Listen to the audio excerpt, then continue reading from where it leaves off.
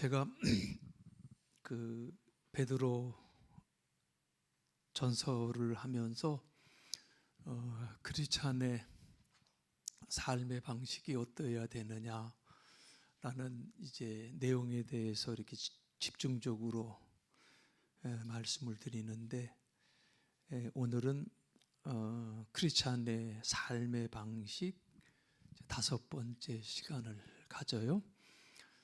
그 이전에 우리 찬양팀한테 우리 한 박수 한번 주실래요? 고맙다고.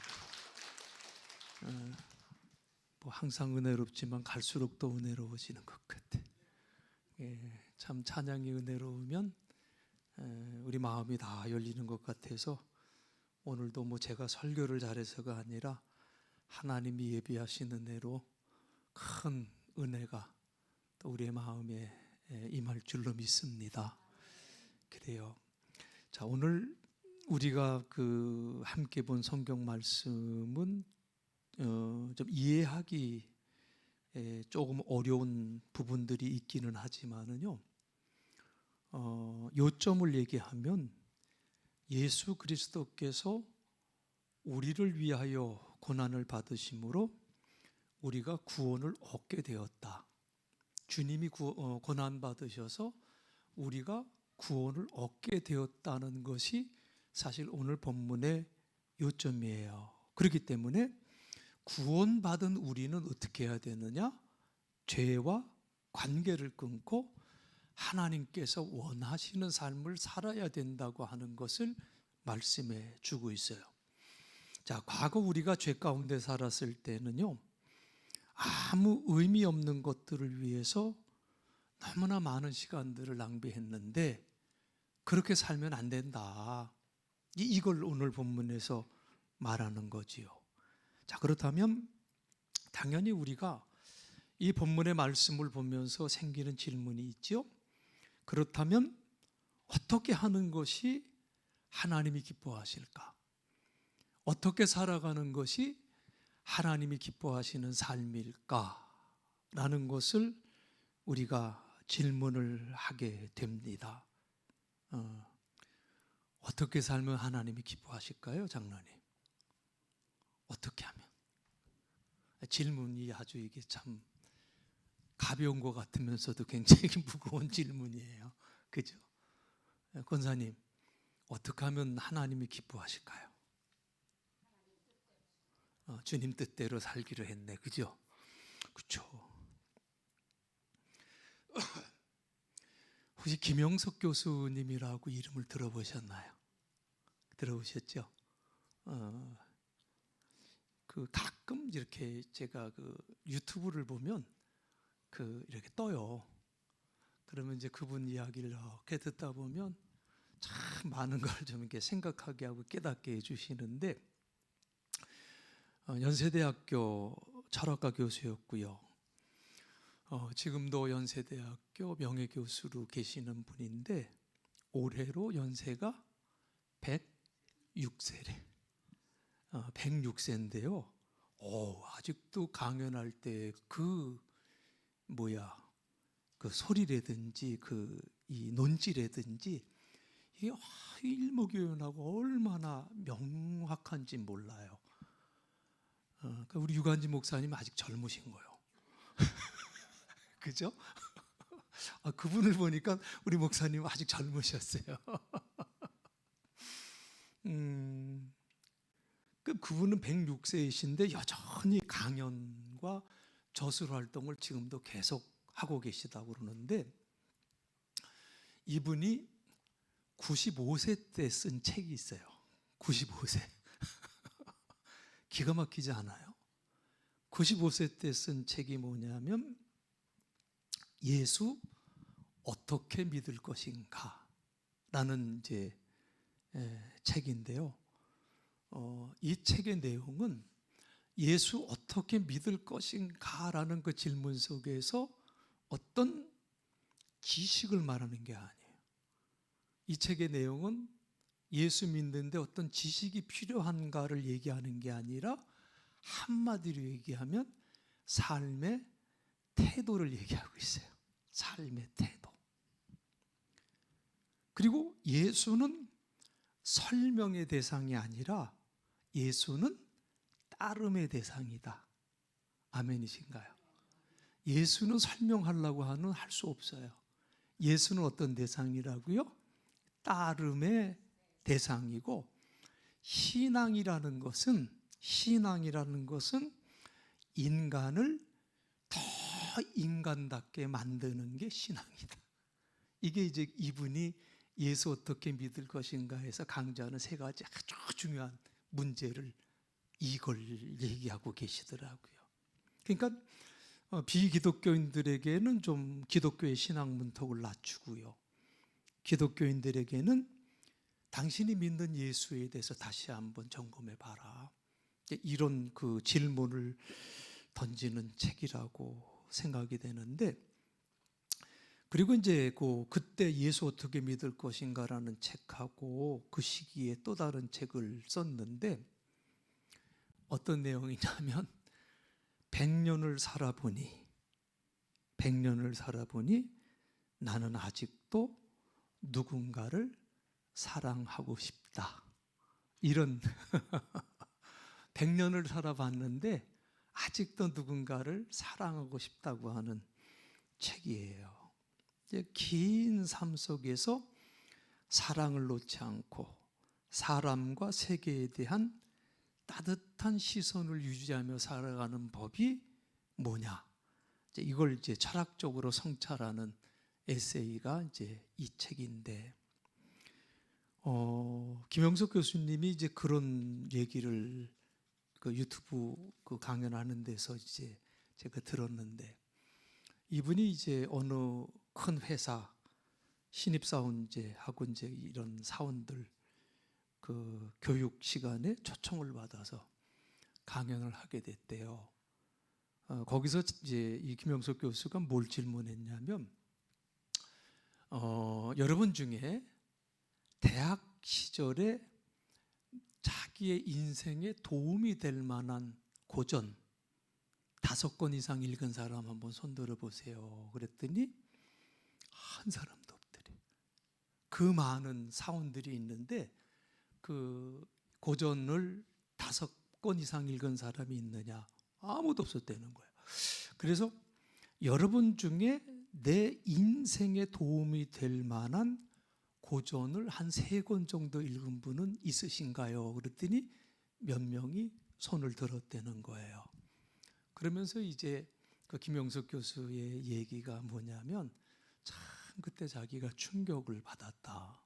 왜 충격을 받았냐면, 이 사람들이 지금 이 회사에서 그냥 열심히 일하면서 과장까지 갈 때에는 그저 앞만 보고 일을 하니까 그런 생각을, 다른 생각을 안 해도 될 것이다. 그렇지만 곧 이어서 부장이 되고 국장이 되고 이사가 되고 이럴 때에는 분명히 이 사람들이 정신적인 빈곤을 느낄 텐데 라는 걱정이 막 몰려오더라는 거예요. 그때 과연 이 사람들이 어떻게 이 회사의 하나의 리더로서, 지도자로서 위치를 유지할 수 있을까? 이런 걱정을 많이 했었다는 거예요. 그렇죠. 가만히 생각해 보면 바른 인생관이나 바른 가치관을 갖지 못한 사람들이 지도자가 됐다. 이게 굉장히 중요한 거예요. 그 사람의 인생관이 어떤 사람이냐? 어떠냐?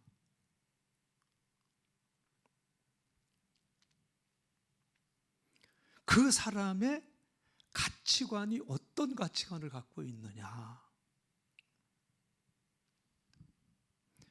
제대로 갖추지 못한 사람이 지도자가 되고 한 회사를 경영한다는 것은 어떻게 보면 이건 불행한 일이에요.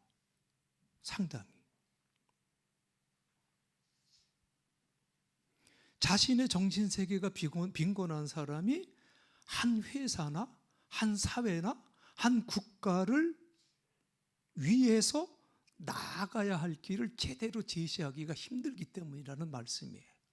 자, 그렇다면 우리가 너무 크게 생각할 것도 없이, 물론 이런 것도 큰 문제가 되지만, 그러면 크리스찬으로서 어떻게 하나님이 기뻐하시는 일을 하면서 살아갈 수 있느냐라고 하는 이 질문은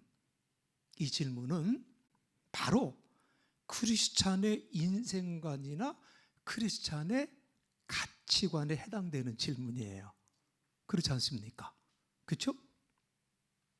자, 예수 그리스도께서 우리의 죄를 위해서 화목제물이 되셨어요. 그렇죠? 그 결과 우리가 어떻게 됐습니까? 예수 그리스도를 믿는 사람들은 하나님과의 관계가 회복이 돼요. 그렇죠? 자, 그러면 하나님과의 관계가 회복된 사람으로서 우리는 어떻게 살아야 하느냐 하는 이 질문이 참으로 중요한 질문이 되는 거예요. 이 질문이. 여러분, 내가 하나님의 자녀가 됐지. 그래서 감사했어요. 내가 예수 그리스도를 영접할 때는 그 은혜가 너무 커서, 너무 감격스러워서 그냥 콧물을 흘리면서 그냥 펑펑 울리면서 하나님 앞에 내 죄 용서함을 받고 당신의 자녀가 되었다는 것에 대해서 감격했어요. 그렇죠? 어때요? 예수님 처음 만났을 때 그 감격이 아직도 살아계시나요? 아이, 뭘 옛날 일을 뭐 얘기하고 그러냐고. 그런 분은 안 계시나요? 자, 그런데 문제가 뭐냐면 회복됐어요. 그렇다면 그 하나님과의 관계가 회복된 사람으로서 나는 어떻게 살아가야 될까라는 이 질문은요, 사실 대단히 중요한 질문인데, 이 질문을 우리가 던지지 못하면서 한때 우리가 예수라면 어떻게 할 것인가라는 질문을 많이 던졌던 때도 있었잖아요.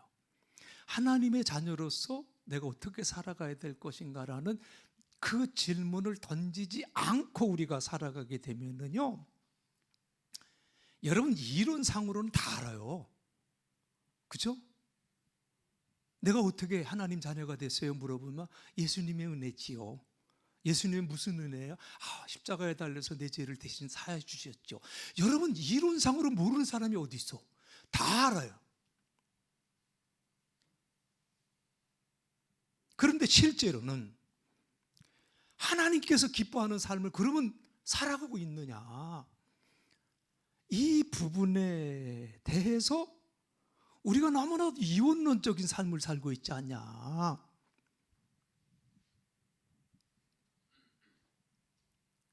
여러분, 지금 사실 우리가 가지고 있는 가장 큰 문제가 바로 이 문제예요. 교회 안에서는 빛과 소금인데 나가면 빛과 소금하고는 거리가 멀어. 이게 우리가 이원론적으로 살고 있다는 얘기예요. 왜? 내 속에서 하나님의 자녀는 어떻게 살아야지? 라고 하는 질문이 없기 때문에 우리가 그렇게 살아갈 수밖에 없다는 거예요. 그런데 여러분, 베드로전서는요, 지금부터 2000년 전에 쓰여진 말씀이에요.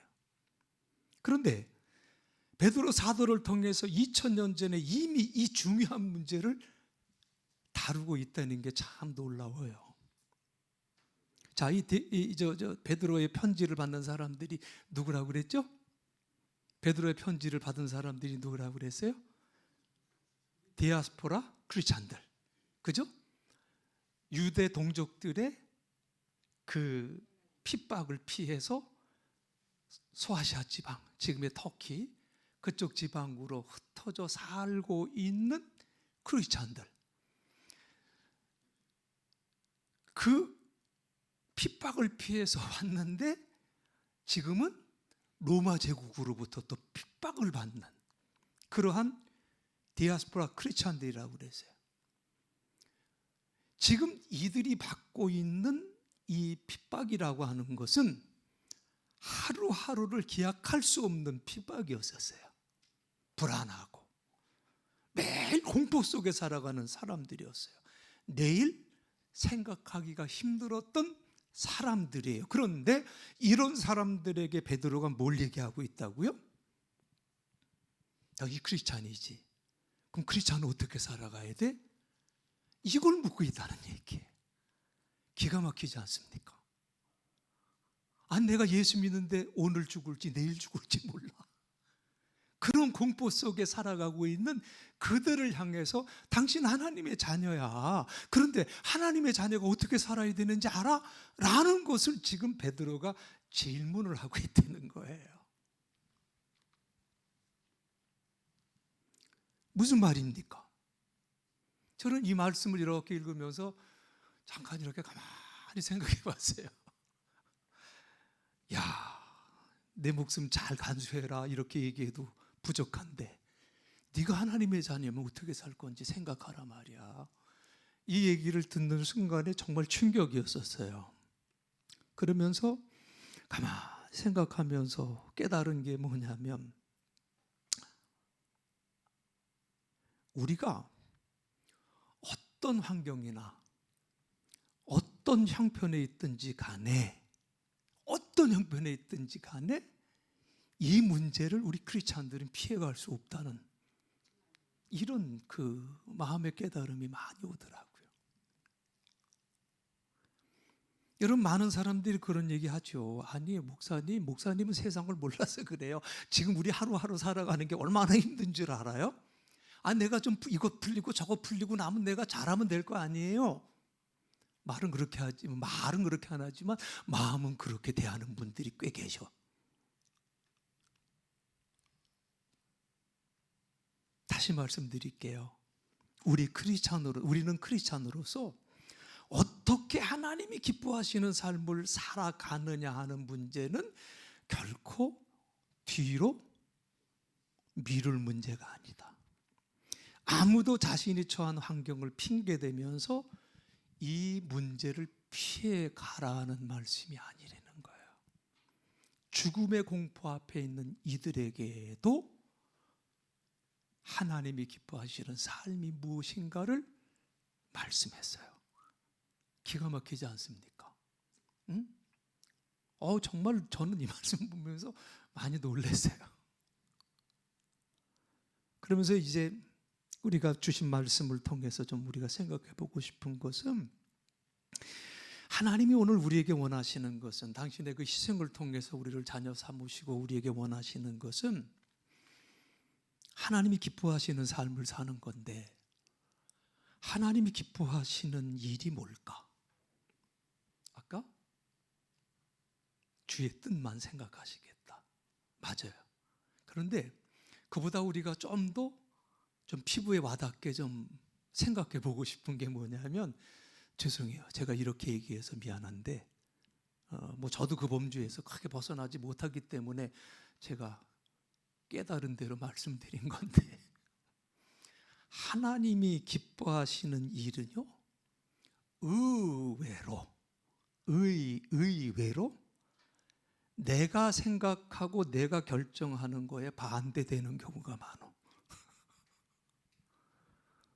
어떠세요, 여러분들은요? 미 목사님이 이상한 말씀을 하시나, 난 안 그렇게 사는데, 그러면 나는 너무 감사해. 그런데 의외로 내가 생각하는 것과 반대되는 경우가 많더라는 거예요. 물론 모두 반대되는 건 아니지요. 그런데 가만히 생각해 보면 내 일상의 많은 부분 중에 하나님이 과연 기뻐하실까 하는 이런 일을 내가 하고 있는 경우들이 있다는 거예요. 여러분, 아모스 선지자에 대해서 말씀을 드리면, 아모스 선지자는 기원전 800에서 750년경에 살았던 예언자예요. 북왕국 이스라엘, 그 당시 경제적으로 굉장히 호황을 누리고 있었을 때예요.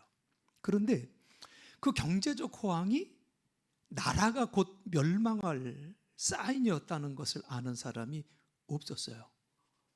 그래서 하나님은 아모스 선지자에게 아모스 3장 3절에서 이런 말씀을 주세요. 두 사람이 뜻이 같지 않은데 어찌 동행하겠으며, 두 사람이 뜻이 맞지 않는데 어찌 동행하겠냐라는 이 말씀을 아모스 선지자에게 주셨어요. 이 성경을 NLT 성경에 보니까 이렇게 번역을 했어요. 두 사람이 가는 방향이 다른데 두 사람이 동행할 수 있겠느냐? 동행할 수 없죠. 가는 방향이 다르고 뜻이 다른데 어떻게 동행할 수가 있겠습니까? 헤어질 수밖에 없어요. 가는 방향이 같아야 같이 갈 수 있는데, 그런데 지금 내가 살아가는 삶의 방식이, 내가 살아가는 어떤 방향들이 하나님이 기뻐하시는 방향과 같지 않을 때가 많다는 거예요. 때로는 내가 분명 예수인데, 내가 목사인데 과연 이게 하나님이 기뻐하실까? 라는 그 질문 앞에서 부끄러워질 때가 있다 이 말이에요. 그렇기 때문에 여러분, 하나님께서 나와 동행해 달라고, 하나님이 나를 도와달라고, 하나님이 나를 형통하게 만들어 달라고 여러분 기도하기 전에 하나님이 원하시는 것과 전혀 다른 삶을 살고 있는 나의 삶이 있다면 빨리 회개하자는 거예요. 아멘 하기 싫죠? 그래도 하셔야 돼. 그래도 하셔야 돼. 빨리 회개해야 돼요. 빨리 회개해야 돼.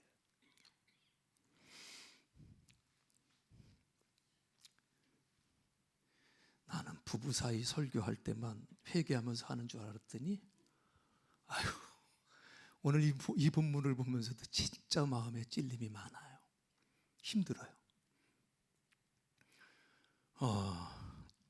그 미국에 이제 커스터마이즈라고 하는 그 플랫폼이 있는데, 그 플랫폼에 재즐이라고 하는 회사가 있어요. 커스터마이즈 플랫폼이라는 것은 이제 우리나라 말로 하면 온라인 주문 제작하는 그 방식인데, 온라인 맞춤 제작 플랫폼, 그러니까 서비스 기반, 이제 이렇게 하면 되는데, 이제 그것을 운영하는 재즐이라고 하는 미 회사가 있어요. 5, 6년 전서부터 이 회사가 굉장히 잘 되는데, 뭐를 하냐면 격려 카드를 디자인해요. 격려하는 그 카드를 디자인하는데, 그 격려가 주로 성경에 관한 그 말씀들을 격려 카드에 넣어서 그거를 상품으로 이렇게 만들어서 판매해요. 그래서 이 카드를 보통 이제 인스피레이션 카드라고 하는데, 짧은 문장이나 이미지로 마음을 격려하고 방향을 제시해주는 이런 카드들이에요. 그 카드의 내용에 이런 내용이 있어요. 너무 좋아서 잠깐 소개해드리면, 그 카드 제목이 뭐냐면 You say, 너는 말한다. 그리고 점점점점 God says, 하나님이 이렇게 말씀하신다.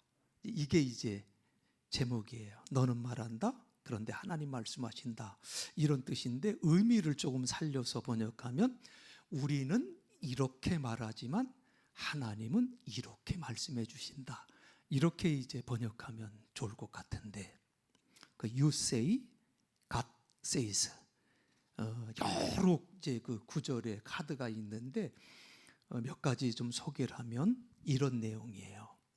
너는 불가능하다고 말하지만 하나님은 모든 것이 가능하다고 말씀하십니다.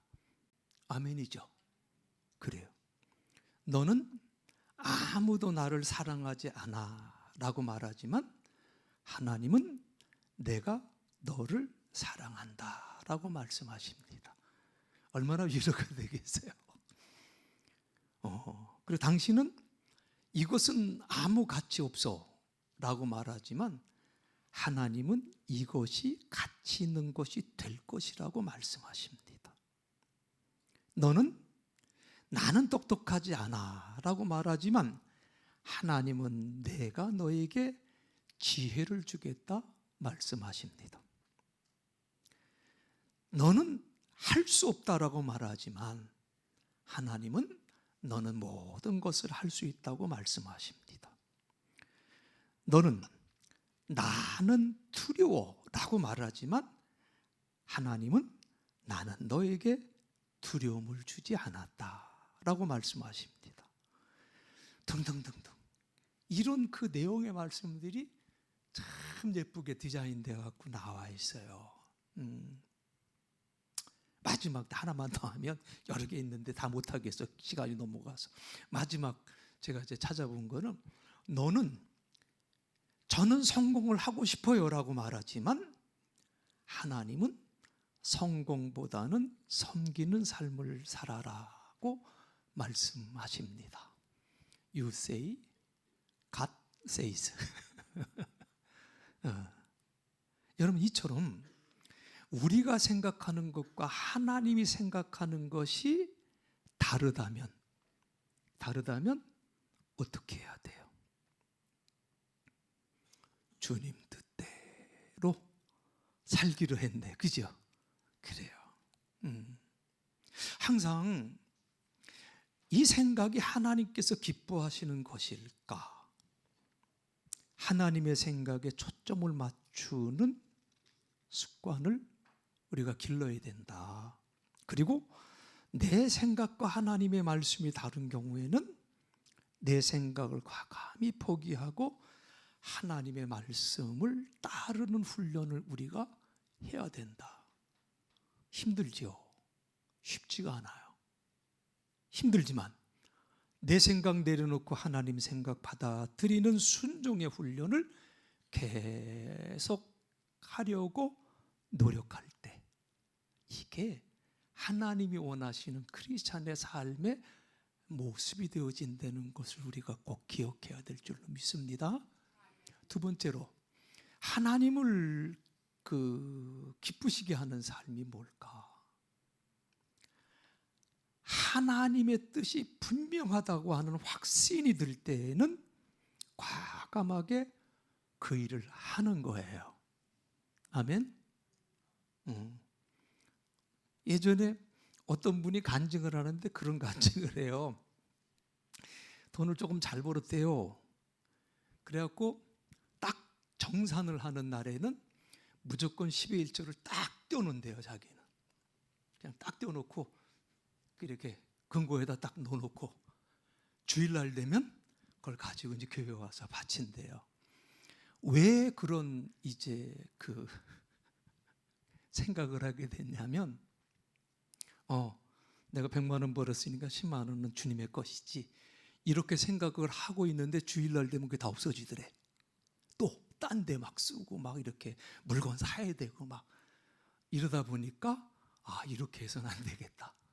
그래서 그냥 하나님의 거 이는 무조건 그냥 딱 해놓고 아무도 건드리지 못하게 하고 그렇게 결단하면서 자기 신앙의 삶을 산다고 하는 얘기를 들었는데요. 이건 한 가지 예지만 어떤 일이든지 하나님의 뜻이라고 한다면 순종하고자 하는 하나님의 뜻인데 하나님 아시잖아요 하면서 자기 정당화하면서 순종하지 않는 삶들이 우리 삶 속에 얼마나 많이 있습니까? 여러분 생각해 보세요. 내가 생각하는 것과 하나님이 원하시는 것이 맞아 떨어질 때 뭔가 가슴이 좀 이렇게 떨리지 않나요? 뭐 요즘에는 저는 의논도 안 하고 하지만 예전에는 집사람하고 좀 의논을 했어요. 부활절이 됐어요. 여보, 오늘 헌금 얼마 할까? 그럼 집사람이 딱 얘기를 해. 근데 그게 나랑 똑같아. 그럼 기분이 그렇게 좋을 수가 없어. 당신 생각이 내 생각이네. 그래야지. 그게 너무 좋아요. 그런데 여러분 한 단계 넘어가서 하나님이 원하시는 뜻과 내 생각이 맞는다면 그게 얼마나 좋을까요? 그게 너무너무 기쁠 것 같아. 응?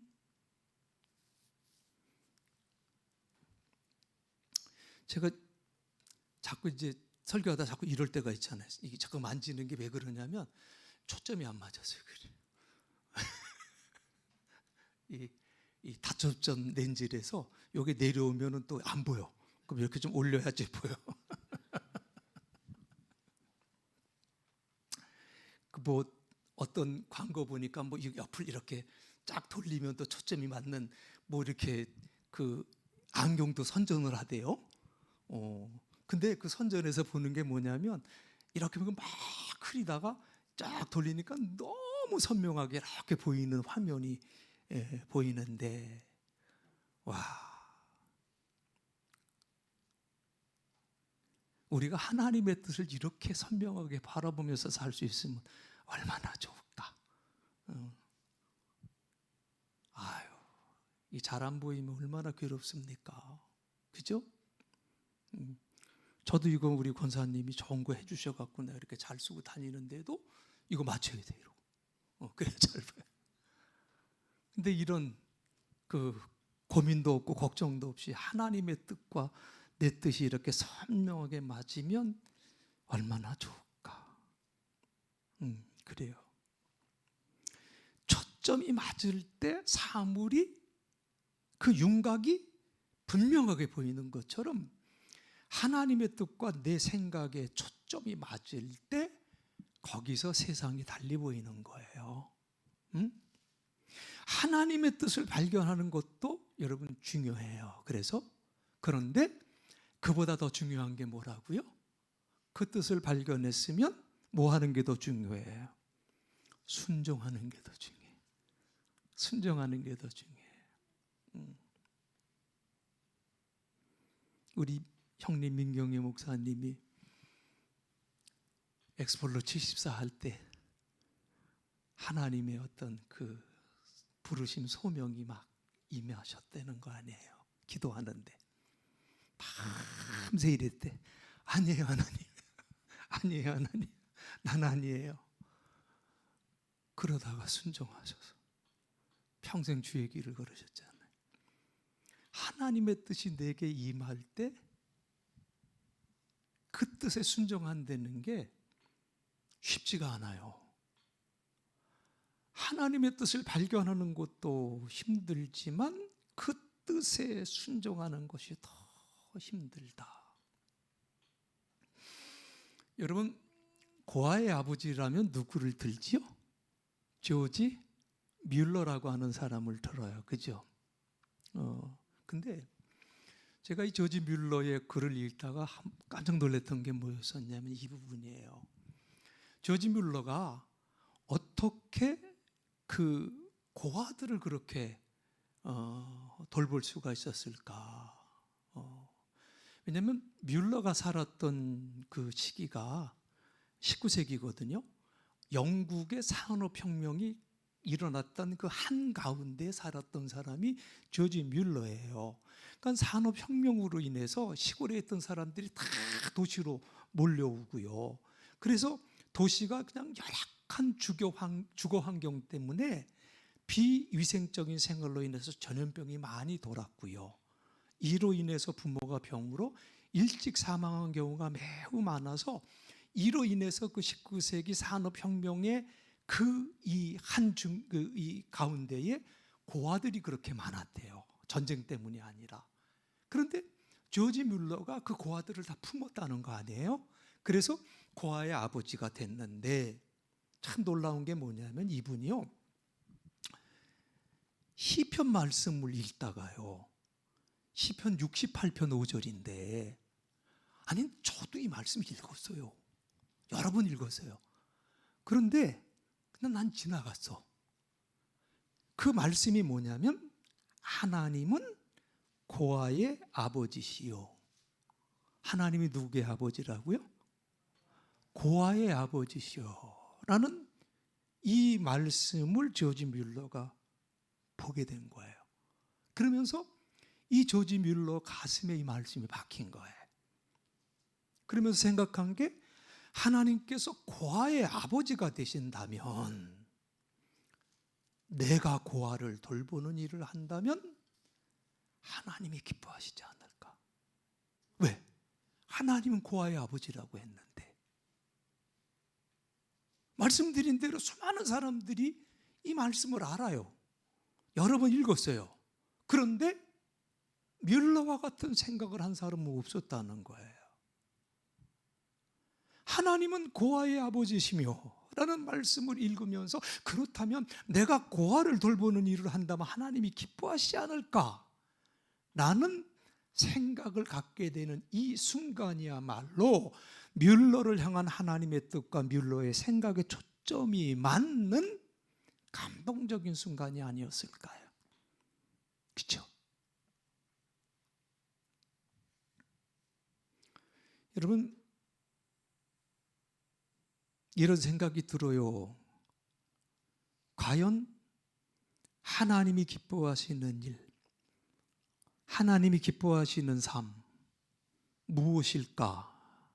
라는 이 물음 앞에서 오늘 본문의 말씀을 통해 깨닫게 되는 것은, 하나님이 기뻐하시는 일, 또 하나님이 기뻐하시는 삶은 바로 내가 어찌하든지 하나님의 뜻에 초점을 맞추려고 하는 노력이 내 삶 속에 있어야 되겠고, 그리고 그 일을 위해서 헌신하는 삶이 따라가야 되지 않겠나, 이런 깨달음이에요. 여러분 어떠세요? 하나님의 뜻에 내 뜻을 맞추고 싶으세요? 앞에 나가서 할까? 하나님의 뜻에 내 뜻을 맞추고 싶으신가요? 그래요? 아멘이세요? 그 일을 위해서 여러분 헌신하시길 바랍니다. 분명히 큰 역사가 일어나게 될 줄로 믿습니다. 그래요. 마지막으로 한 가지 더 말씀드리고 싶은 게 있는데, 하나님이 기뻐하시는 삶을 사는 것은요,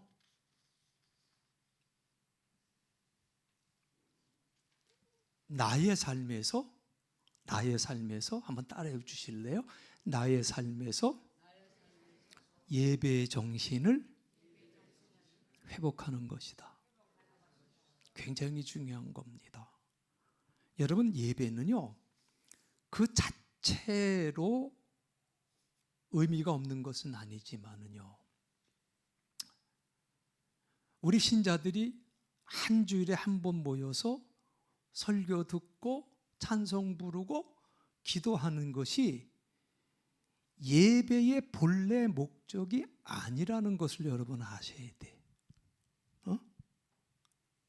이게 예배의 본래 목적이 아니에요. 오죽했으면 우리 예수님께서는 우리로 하여금 어떤 예배를 드리라고 그래요? 하나님이 받으시는 예배는 어떤 예배라고 그래요? 신령과 진정으로 드리는 예배라고 그랬어요. 그러면서 우리가 드려야 할 예배는 영적 예배라고 말씀해 주셨어요. 그렇죠? 영적 예배예요. 사도 바울도 로마서 12장 1절 2절에서 뭐라고 그래요?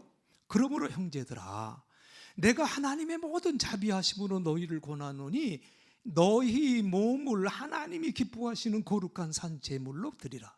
이는 너희가 드릴 영적 예배니라.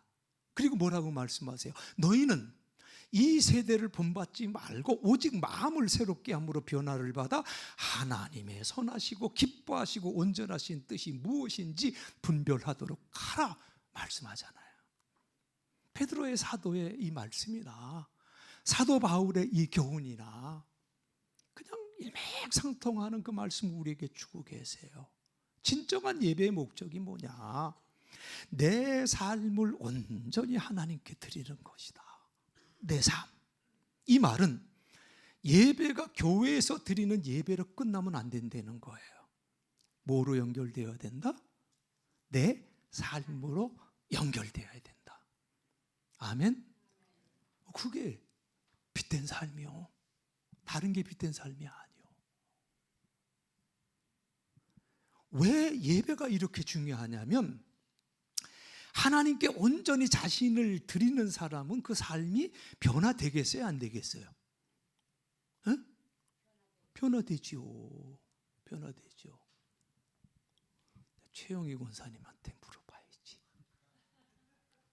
권사님, 김경환 장로님의 성격이 좋으셨어요, 나쁘셨어요?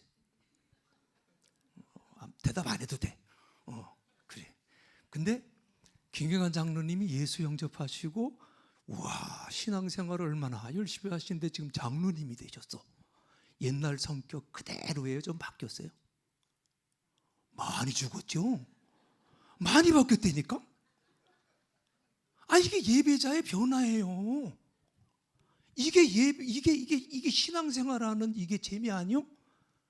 한 해를 돌이켜 보니까 하나님 앞에 부끄러운 것도 많은데 그래도 돌이켜 보니까 그래도 조금은 바뀐 것 같아.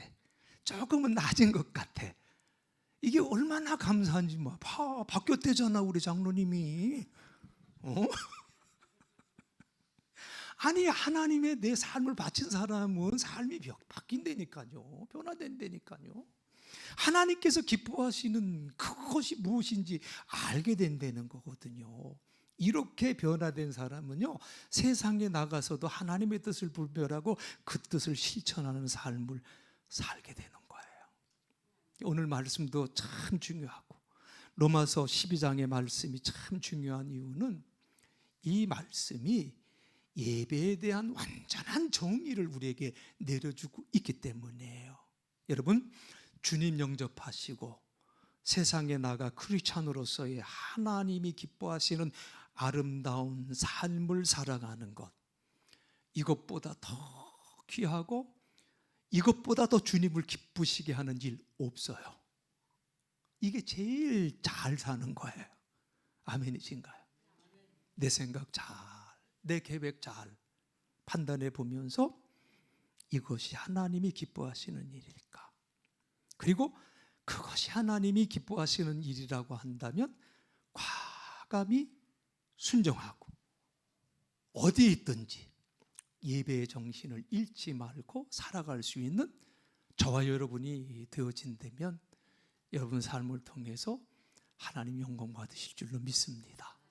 우리가 이러한 결단을 새롭게 갖기를 소망하면서 찬송가 540장, 내가 더욱더 주님 앞에 가까이 나아가고자 하는 그런 믿음의 결단의 찬송을 부르고 잠깐 동안 통성으로 기도하는 시간 갖겠습니다.